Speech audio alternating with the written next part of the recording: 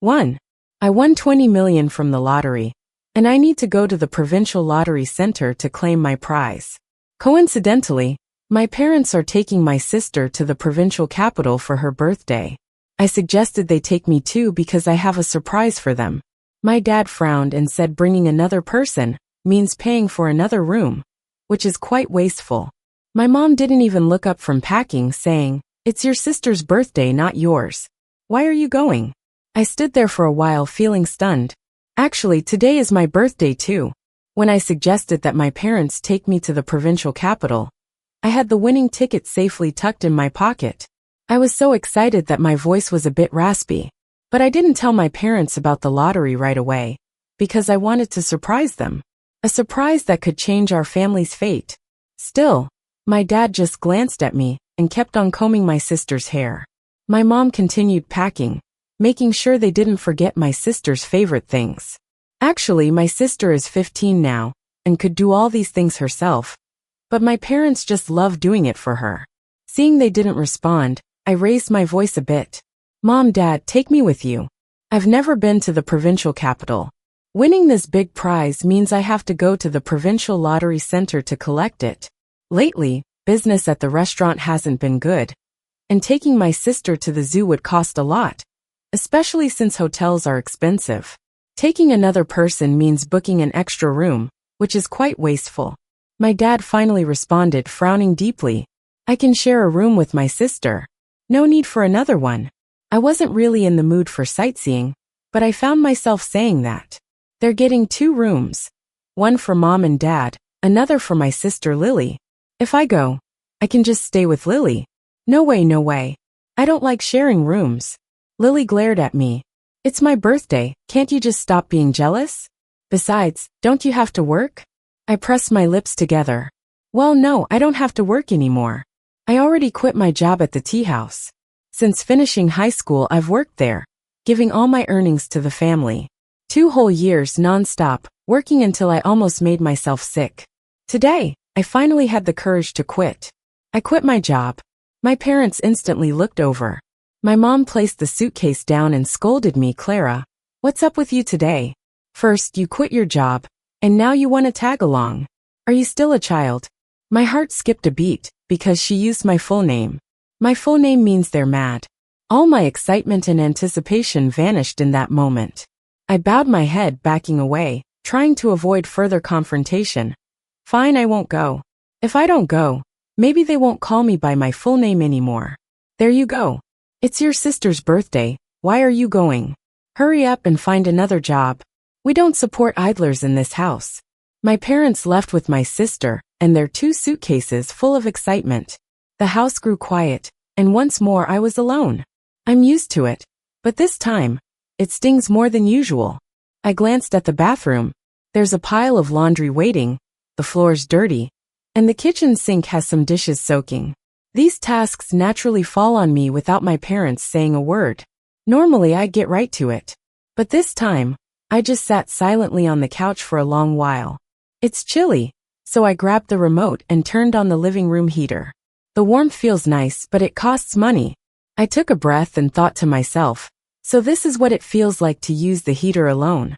Once I was warm, I fished out my ID from my pocket, ready for the prize claim. I even set up a bank account just waiting for the money to come in. Holding my ID, my thumb instinctively covered my name. I didn't want to see even a single letter. Alongside my name is a dark, awkward photo of me as a country girl, the opposite of my trendy, beautiful sister Lily. My birth date matches today. Today is my birthday, but no one has celebrated it in years. When we first moved to the city, I used to share my birthday with my sister, each of us getting a cake. Later, we'd share one cake, and I'd eat her leftovers. After that, my parents celebrated her birthday out while I stayed home. It seems like no one remembers my birthday anymore. The address on my ID isn't even our current home. It's my late grandma's house in the countryside. Back when my family was broke, I was a left-behind child living with my grandma for 10 years. Only after she passed did I move to the city. By then Lily was already 5. She was charming and talkative, bold and confident. And me, the little black girl from the village, carefully adjusting to my new home for the next 10 years. I'm Clara. That's the name my grandpa chose. He called my parents to confirm it, and they agreed, saying if things got better they'd change it. But even when things improved, and they had another child, they never changed my name. Whenever I brought it up, they'd dismissively say, "What's there to change? Who looks at your name anyway?" Well, lots of people actually. From elementary school to high school, everyone saw it. Clara, whose talent for studying shone bright, eventually crumbled amidst relentless bullying. It all fell apart during that crucial summer, in the haze of an 18-year-old's youth. After the college entrance exam, I went straight to work without a care for my results. I never wanted to set foot in a school again. This way, no one could mock me as the pig-intestine girl. With a self-deprecating smile, I glanced out the window. The sky was getting dark. I still clutched my ID, my thumbs pressing so hard against my name that they turned white. Eventually, I let go, allowing the letters of Clara to come into clear view. Clara, let's go claim the money. Let's change your name. The next day I set off. I packed my documents, 2 pieces of clothing, and bought 5 buns before heading to the train station. It was crowded, but at least it wasn't too cold outside.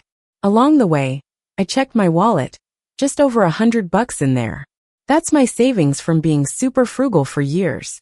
As I nibbled on a bun, I glanced at my social media feed. My parents posted an update. It was a family photo of the 3 of them with some text that I could barely read. The cracked screen of my phone, which I got as a hand-me-down from my sister, wasn't all that clear. I leaned in to read. 3rd time bringing the little girl here. She never gets tired of it. Yep, Lily's been there 3 times. Not once for me, though there was a missed opportunity. It was the 2nd year I was in the city. I was 11, and my sister was 6. Dad decided to take us, but I got carsick, vomiting before we'd gone far. So they had to turn back home, planning to go another day. Back then I was still a priority, too. But it seemed like my vomiting had unlocked something in their hearts. All their disdain came rushing out. Half awake, I heard them sighing beside me. Clara gets carsick just from sitting.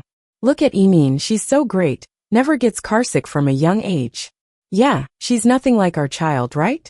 Ugh, raised in the countryside, can't adapt to the city, not close to us, drives me crazy. This is how left-behind children are. We absolutely can't let Emine become one of them. Clara is a real-life example. Yep, the first kid was a trial and error. The second one will raise right. Emine will definitely not turn out like Clara. The high-speed train arrived. I blinked. I must have fallen asleep. At some point, there were tear marks at the corner of my eye. I wiped them away and quickly got off the train. Afraid of getting scammed, I didn't dare take cars from the high-speed train station easily. I wandered around for a while before finding a bus stop, and spent the least amount of money to get to the lottery center. Finally, I made it 10 minutes before closing time. I put on the mask I had prepared long ago, checked to make sure there were no customers inside, and walked in. My hands and feet started shaking slightly. I knew 2 million was within reach. When I walked out of the lottery office, my hands and feet were still trembling. I had taken care of all the procedures. After taxes of 4 million, and donating 1 million, I got 15 million. In 7 business days, this huge sum would be transferred into my bank account. After the excitement, I counted and realized I only had $89 on me. I quickly walked around the area and found a temporary job at a night market, helping out at a barbecue stall. There was food, drink, and a daily wage. Just no place to stay. I found an internet cafe, booked an overnight stay, cheap and warm. These were all things I learned from coworkers during my 2 years of work. Life for the struggling is tough, but it's survivable. The waiting days were the hardest. Each day I did temporary work, slept at the internet cafe, and occasionally checked social media. My parents and Lily kept posting updates, sometimes 5 or 6 times a day. The giraffe is so cute, just like my daughter. Mom posted. She insisted on grilled fish at midnight. Wore me out running 3 kilometers. Dad posted. Mom's the tour guide, Dad's the bodyguard. I'm just a little bum, Lily posted. I saw all these updates. It's been a habit of mine for years, like a rat in the dark peeking at a family's happiness. But now, my mindset had changed completely. I just found it boring, so I looked at their updates to pass time. Like this, I got through to the 5th day. Tomorrow was the weekend. I had a feeling my prize would arrive. I curled up in the corner of the internet cafe, eating a Chinese sandwich, looking at the computer. The screen was filled with pages, each tied to my dreams. How to change your name. Can someone with a rural household registration change their name at a city police station? Can you change your name from a different place? What to do after changing your name? My dream was just this simple. So simple I couldn't help but laugh. I laughed and my mom called. As soon as I answered, she started scolding me. Clara, where did you run off to? We just got home, and the place smells. The kitchen trash is moldy. The clothes aren't washed. How long are you going to leave them? Are you trying to drive me crazy? Did you turn on the AC? I always keep the remote in a box. Now it's outside. Her scolding was mixed with my sister's laughter. She was quite pleased, having played all week to her heart's content. I opened my mouth to respond, but my dad grabbed the phone to question me. Where have you been? The neighbors say you haven't been home for days. I replied, went to the provincial city, and casually clicked on the next web page. How to cut ties with parents after changing your name. Went to the provincial city. Are you crazy? My dad's voice escalated. What are you doing there? We took your sister for a birthday. You didn't need to tag along. You're just wasting money. He assumed I was tagging along out of spite. My mom was furious, speaking through clenched teeth. Clara, I think you've lost your mind. You quit your job and secretly followed us to the provincial city. Tell me, did you steal family money to play around? As she questioned me, she started checking the family's small treasure box. It was actually a drawer in the wardrobe with a key lock. My parents and Lily could open it, but I couldn't. I used my own money. My voice was calm, surprisingly calm. In the past, faced with such accusations, I would have shaken with fear and cried nonstop. But now, for some reason, I felt nothing. Your own money. It'd be helpful if you used it to buy some rice for the family. What are you doing in the provincial city? Hurry back. My mom sighed in relief, knowing I couldn't have wasted much money, since I barely had any. I'm not going back, I replied, feeling a strange sense of vengeful satisfaction. But on reflection, it was pathetic that 20 years of life brought me just this paltry sense of satisfaction. I realized I was ruined. My soul was already shattered. I had to repair it bit by bit and bring it back to life. So when my mom shouted threats at me, saying if I didn't come back, I shouldn't ever come back, I nodded. Then I counted the 4 zeros after the 1,500 in the recent bank message and smiled. Not going back. Never going back. The money came through. I ended the call. The excitement I imagined didn't come. My hands and feet didn't shake again. I let out a breath, strapped on my bag, and left the internet cafe. I wasn't a big spender, but tonight, I decided to stay at the best hotel, one that cost $1,000 a night. This was the most expensive hotel I knew, because it was the price my parents paid for a hotel when they took my sister. Lying on the soft hotel bed, looking at the crystal chandelier above, I was hit with a strong sense of unreality. Turning to look at the dazzling night view outside made it feel even less real. This was $1,000 a night hotel. I slept a full 12 hours, not getting up till well past noon. So comfortable. 1. I rushed back to my hometown without stopping. Even though it was the weekend and I couldn't change my name, I couldn't resist swinging by the police station. I just had to take a look. I stood outside, looking and looking, unwilling to leave. I checked my documents over and over, the most important ones. My ID card, my grandma's household registration booklet already. Online, people said the most crucial part is the reason for the name change. You want to know my reason? I had it all planned out, super simple. I even rehearsed it in my mind over and over. What if I got a tough reaction, like if the staff treated me like my parents do? Who would notice your name? Everyone would, even when I'm dead. People visiting my grave would see my name on the tombstone and laugh. But that didn't happen. 2. When I handed my ID over to the lady in uniform, she frowned immediately, staring at my name and shaking her head, disappointed. What kind of parents are these? So irresponsible, she grumbled. Then she helped me with the process, filling out the application form. In just 15 minutes, everything was done. I just needed to leave an address to get my new ID delivered. The lady in uniform was so kind. She even patted my shoulder. Good luck in the future. 3. I nodded, and when I turned around, tears streamed down my face. Who would have thought changing my name was this simple? Just 15 minutes, plus a $20 fee and 15 for postage. So simple. My 20 years, always wandering, lost, numb, careful, and humble. Finally, in these 15 minutes and $35, the dark cloud was gently torn apart. The sunlight came shining in. I looked up, and there was the sun. The air outside the police station was so fresh. Now my name is Linda. A simple, shallow name. I thought of it back in middle school. It means beautiful, lovely. Over time, I considered different names, sometimes strong, sometimes peaceful or rich sounding. In the end, all I wanted was something pretty. So Linda it is. 4. My phone buzzed again, Mom calling. As usual, she was questioning Clara. Why did you go back home alone? Ken saw you at the town police station. Ken is a neighbor from my village. What a coincidence, I thought. I didn't try to hide anything. Instead, I felt excited and proud. I changed my name. It's Linda now. 5. What? You went to change your name? Crazy, who allowed you to do that?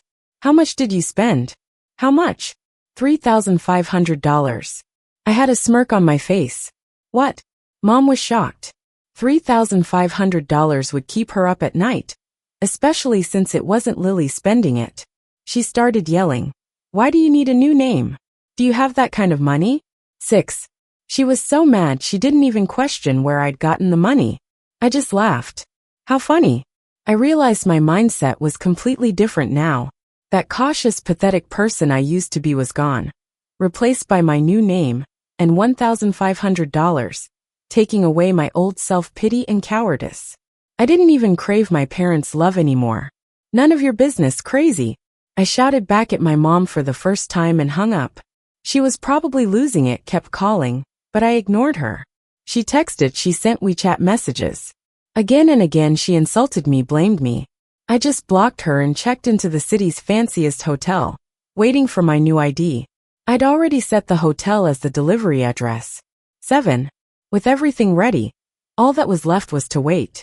In the meantime, I started house hunting. At 20, I figured it was time to have my own place. I didn't hesitate, heading straight to see villas.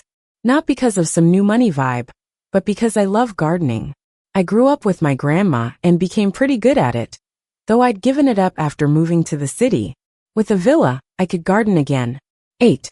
After a few days of looking, I found a villa worth over $5 million. It was quite the pricey choice in my city, but I really liked the backyard, spacious and neat, with even room for a fish pond. I decided to go for it. Once my ID arrived, I'd buy it outright. These days were full and happy. I'd ride my scooter around, buy whatever caught my eye, cheap stuff but satisfying. 9. One evening, I passed our family restaurant, the Rich Restaurant, only to find it closed. Some employees were moving things out. Back when I was a student, I'd spend every break working in the kitchen, while Lily sat at the front desk on the computer. Rich Restaurant was where Lily and I spent the most time. Now it's closed. I calmly walked by, seeing Dad inside, yelling at the staff, probably frustrated. Aunt Jo, moving plants outside, spotted me and smiled. Clara, you're here? 10. I nodded back with a smile. Aunt Jo ran over to comfort me. Business is tough these days. Big shops are closing everywhere. Don't be too upset. Closed. No wonder Mom couldn't reach me after I blocked her. And Dad hadn't contacted me. They were busy with the restaurant. Did it close suddenly? I asked casually. 11. Aunt Jo sighed. The landlord suddenly raised the rent by $10,000. Can you believe it? Business was tough already and now this. Your dad wasn't happy, so he's moving out to start a smaller place. That's why they're closing. I nodded again, still calm. Aunt Jo thought I was just pretending to be strong and cursed the landlord for me. That jerk. I'll curse him out next time I see him. No need. Just thank him for me, I replied. 12. The day my new ID was delivered, my parents finally managed to reach me. Actually, it wasn't them directly, but through Lily. Lily video called me, but all I saw was my parents' faces. Mom looked pale, her eyes tired. Dad had dark circles, clearly stressed. He was the first to speak. Clara, where have you been? A girl staying away for over 2 weeks. What does that look like? He seemed a bit concerned. Just a bit. Many parents do have a sliver of instinctive love for their kids. That bit of instinct always finds a way to hold you, make you forget the hate, and remember that tiny bit of care. For example, when I got a high fever in middle school, my dad picked me up and rushed me to the hospital. When I woke up, he was sleeping exhausted by the bedside. I remembered it for years. Every time I resented him, that night would come back to me. My 20 years of life have always been bound by these small acts of love, like a drowning person, grabbing onto a frail straw. But beside the straw is a big ship, with my parents and sister on it. They're smiling, laughing warmly, but I keep struggling in the water, and no one wants to pull me aboard. They just toss me a straw. Is that really moving? No, it isn't. So I just smiled slightly and responded to my dad. I'm going out to have some fun. He frowned immediately. You're pretty relaxed, huh? The store's closed, and I've opened a new restaurant. You've got to help out. There's too much to do. Not gonna help. I replied straightforwardly. It felt like I tossed away that straw and swam to another bigger, more luxurious ship. I was alone on this ship, and I was happy being alone. What did you say? You think you're all grown now? Last time you blocked me, and now you refuse to help? I swear I'll beat you. My mom ranted angrily at the screen. My dad's face was also grim, staring at me. Clara, what's gotten into you? Just because we didn't take you out? I'll go out on my own. And besides, I'm not called Clara anymore. I'm Linda now. I answered while heading to the door. The waiter knocked on the door. When the door opened, my delivery came. Clara, don't make us beat you. My mom kept ranting. I opened the package with one hand, feeling my heart pounding harder and harder. Clara, answer me. Did you lose your voice? My mom got even angrier when I didn't reply. My dad was totally enraged. Clara, no matter what's upsetting you, you must come home today and work at the restaurant. By the time he finished, I had already opened the delivery. With shaking fingers, I tightly held onto the brand new ID card. Instinctively, I kept my finger over the name section, hesitating to move it away. Clara, what are you doing? My parents both snapped out of patience. I took a deep breath and suddenly moved my thumb away. The name Linda popped into view. I held up the ID card in front of the camera and said clearly, I'm not Clara. I'm Linda. The screen went silent instantly. My parents had a look like they'd seen ghosts, too shocked to speak. Mom knew I had changed my name, and even spent $3,500. Yet seeing it with her own eyes shocked her still. You really did it? Spent $3,500 to become Linda? My mom's voice stuttered more from anger than surprise. That anger came from the frustration of not being able to control her child. Dad was also furious, yelling, Clara, you didn't even discuss changing your name with us? How does that make sense? I've tried talking about it many times, but the responses were always the same. Who's going to care about your name? I don't need to consult with you. You're just my parents, incidentally. I hung up, contacted the agent, and set up a meeting for tomorrow to pay for the house. A villa worth over $5 million is about to be mine. Early the next day, I checked out of the hotel, deliberately handing my new ID to the front desk. The receptionist was puzzled, looking back and forth from the ID to the computer, clearly confused. I changed my name. I was Clara. I explained with a smile. Back when I booked the hotel online, my name was still Clara. Funny enough, before the name change, I'd hide and be really cautious about people knowing I was Clara. Now I can openly tell others about it. Oh, this information changed, and I don't know how to handle it. The receptionist was flustered until the manager came to get the checkout done, apologizing profusely. I didn't care, waved it off and left. When meeting with the agent, I handed over my ID and asked to close the deal quickly. The agent glanced at my ID, immediately started the flattery. Miss Linda, what a lovely name. Thank you for your support. Everything went smoothly, as if a clean cut with scissors. I had my villa, freshly renovated, with full furniture, barely lived in by the previous owner. I moved in right away, bringing only 2 sets of clothes and a pair of shoes. No need to buy anything else. I was focused on the garden.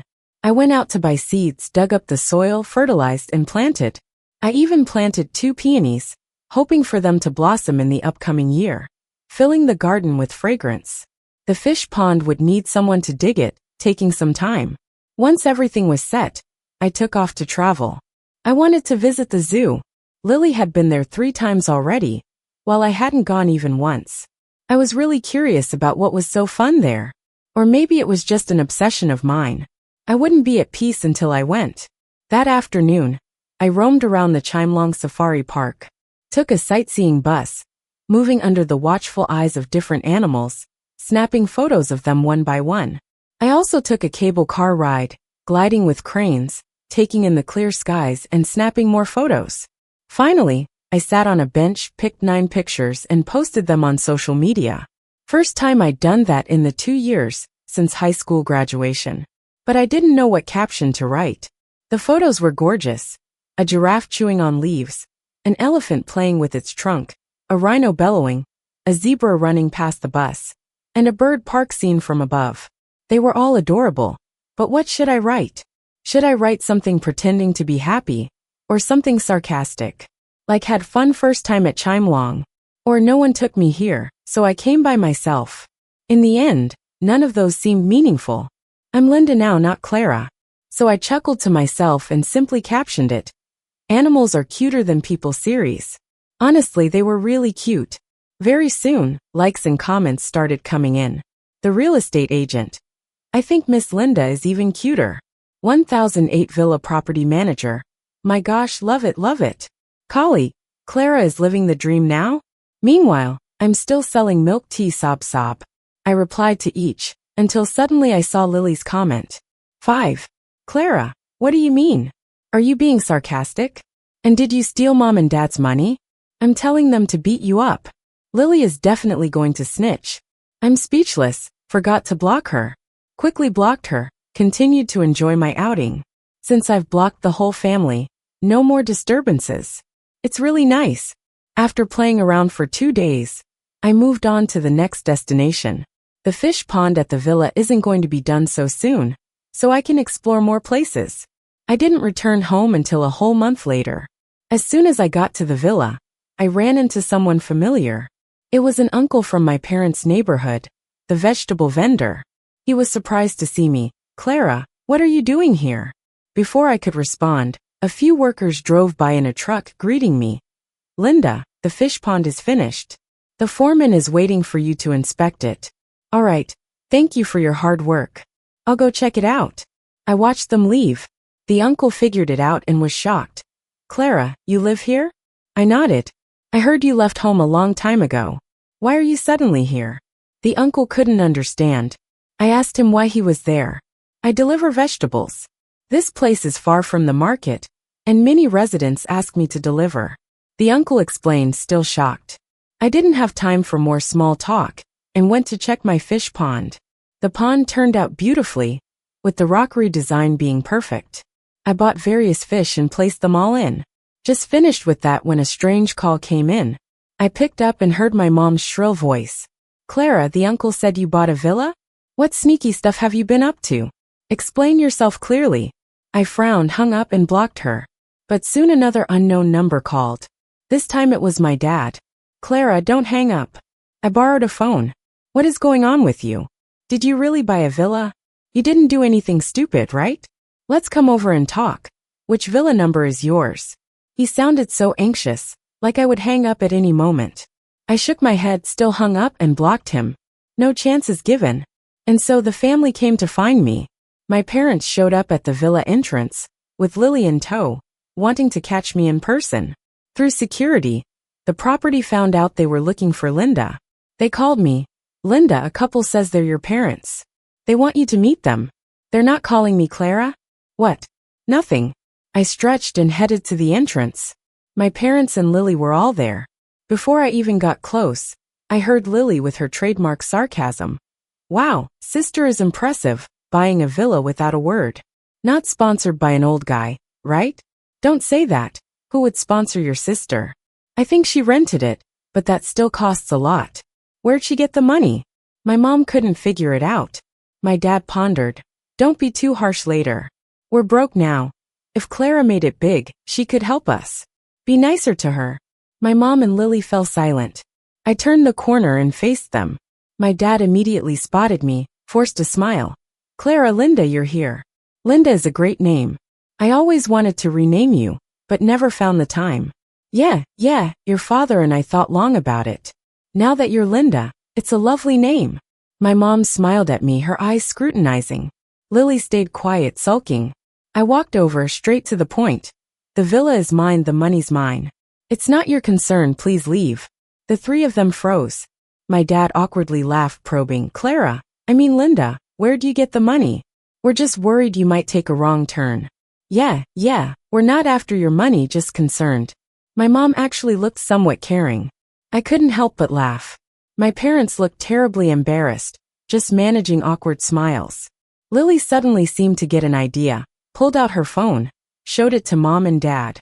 It was a news story about a 20 million lottery win in the city. There was a picture where I was all covered up. No one could recognize me unless they knew me really well. I frowned. Lily actually recognized me? Mom, Dad, doesn't this look like Clara? I saw it yesterday and thought it was familiar, but didn't think much. Suddenly it clicked. This has to be Clara. She suddenly got money, with zoo trips and a villa. It must be her who won 20 million. Lily felt proud, thinking she was smart. My parents exchanged glances, looked at the news picture closely, gasping in disbelief. They were sure I won the 20 million. Clara, was it really you? My dad's voice trembled, eyes filled with unchecked excitement, as if the 20 million was his. My mom's voice quivered. Clara, say something, was it you? 20 million? I looked at them, thinking how ridiculous they were. So what if it was me? I'm 20 now, an independent adult. The money for the lottery ticket came from my job, my win. What does it have to do with them? In reality, I expected this day, so I'd consulted with a lawyer ahead of time. My 20 million, nobody can take it, not even my parents. It was me. I admitted openly. Oh my God, it really was you, 20 million. My mom shrieked, almost fainting with excitement, not knowing what to do with her hands and feet.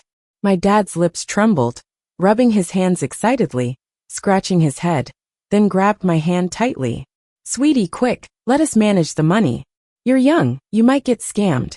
Yes, sweetie, 20 million is a massive amount. So many people will eye it, we should manage it for you. My parents eagerly watched me. Lily for once smiled at me. Sis, you really are something. Am I? I pulled my hand back, shook my head indifferently. It's too late. Too late for what? Did you spend it all? My mom's heart was in her throat, almost crying with anxiety. My dad analyzed. It's not been that long, can't be all spent, sweetie, don't joke around. I didn't spend it all, but when I offered it to you, you turned it down. I remembered the day I won, sitting alone on the couch. You offered it to us? No way. My mom sweated nervously, trying to recall. My dad looked at me in confusion. 6. Remember the day you guys took Lily to the zoo? That was the day I won the lottery. I said with all the sarcasm in my voice. My parents paused, looked at the news again, realized the dates matched, but still didn't get it. Lily was a little mad. Why didn't you tell us earlier?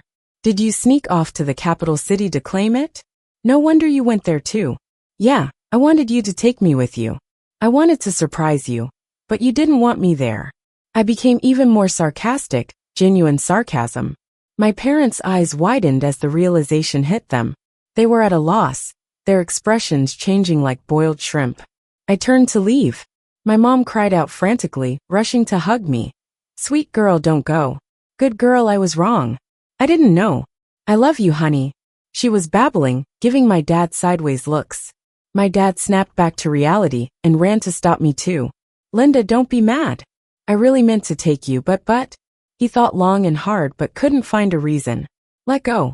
I shoved my mom away. She was sweating in panic, eyes brimming with tears. My dad grabbed my sleeve, face flushed, yelling. Linda, come on, you wanted to surprise us then. Can't you do it now too? Surprise me? Back then, I was too weak, too desperate for love. 20 years of emotional exhaustion, confusion, just wanting peace for once. All I wanted was a hug, a trip including me, a warm call of daughter. But I got nothing. Now I'm not weak. I don't crave love anymore. So I won't be foolish again. Surprises are mine and mine alone. I took out my phone and called the cops. Is this 911? I'm being harassed. They won't let me leave at the villa gates. My parents didn't expect I'd call the police so decisively. Their expressions changed again. Not to panic or regret, but anger. Clara, we raised you. And this is how you repay us? Winning the lottery and keeping it to yourself? And calling the cops? I'm your dad. My dad was furious, yelling with rage. My mom seemed like she was grinding her teeth to dust, scolding angrily. Clara, calling the police? Fine. I'll pretend I never had a daughter like you. You'll regret this. I said nothing, quietly waiting for the police. My parents got scared and ran away when security showed up with a group of guards. But I knew it wasn't over. My solution was simple: leave this place. Not out of fear, just didn't want to waste my energy. I had bigger dreams to chase. My biggest dream then was to change my name. Now it's to go back to school. I loved studying as a kid, and always did well until I moved to the city, faced severe school bullying, worsened by my name. High schoolers have more strength and means for bullying. After my parents did nothing to help, I collapsed, unwilling to study anymore. Now everything's different. That day I packed and headed north, chose a college I liked and started chasing my dreams. Traveling and studying, that was pretty laid back. I'm doing a dual pathway, taking adult education courses while self-studying for a degree, saving time. I often went to the university library, sometimes even sat in on classes, and no one minded. It felt like experiencing college life. As for the villa back home, I had the management take care of it. If there were issues, I'd call the cops. And sure enough, there were issues. My stubborn parents once tried to forcibly enter my villa, but were stopped by security. The property manager asked, Linda, if your parents break in, how should we handle it? Just call the cops, they're trespassing. If they ransack the place, call the cops again. Send them to jail. I was ruthless. The management understood and seldom disturbed me after that. 3 years passed and I earned my bachelor's degree. I spent so much time at my chosen university that students mistook me for one of them. Some guys even tried to ask me out, slipped love letters into my books at the library, and bolder ones asked for my number, showering me with compliments. I was puzzled. Am I really that pretty? Aren't I just a plain, dark, and ugly country girl? When another guy asked for my contact info, I called him back. Hey, do you really think I'm pretty? I asked outright. He blushed, nodded shyly. Yeah, you're beautiful, very graceful. I clicked my tongue. Are you sure? Sure. You're serene and elegant with flowing long hair. You're different from other girls. His face turned redder. I was thoughtful. Back at the apartment, I took a good look at myself for the first time. I seldom observed myself, knowing the shame of my appearance since I was 10, a country girl in the city, a black hen among phoenixes, always looking down. Years passed, and I still didn't care to look at myself. Even with money, wearing nice clothes, affording expensive makeup, I remained bare-faced, never thinking I could be pretty. Now staring at the mirror, I finally saw why so many guys wanted my number. I had clear skin, long black hair, well-defined features, bright eyes, no longer a country girl. Turns out, every sunrise and sunset, I was changing unnoticed. It was amusing. Money does wonders. I wasn't uglier than Lily. My parents just never spent on me. Ill-fitting clothes, dirty shoes, messy hair, lifeless eyes, sallow skin. My parents' legacy. That's why I was dark and plain.